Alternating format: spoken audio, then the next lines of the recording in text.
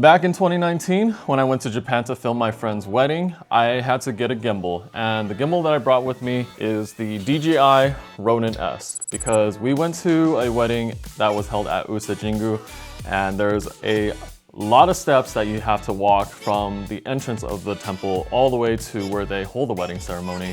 In order for me to get stable, usable shots, I couldn't handheld the entire shoot. I used this Ronin S, which was the smallest gimbal I believe that was available at the time.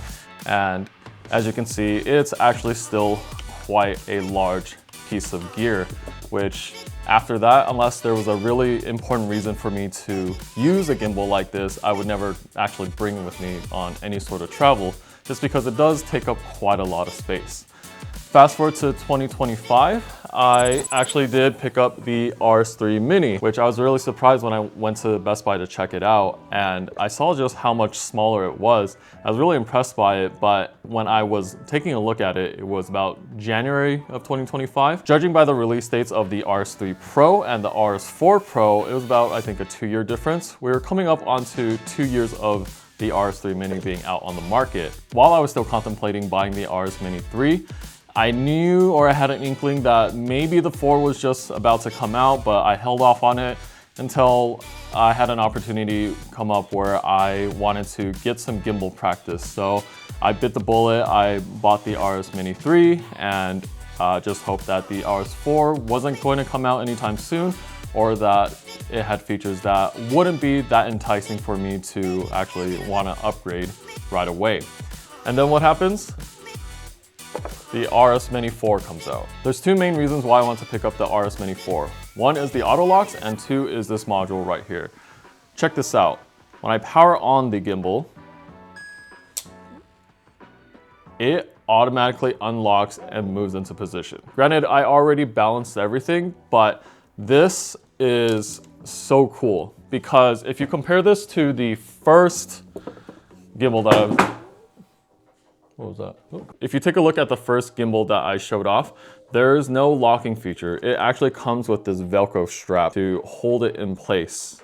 If you look at the RS3 Mini, there's actually some locking mechanisms that you can manually lock and unlock, and it'll hold it into place. What I found with the RS3 Mini is when I have the camera on here and when it's balanced, I can't actually lock it into place like this. But then just with the RS4 Mini,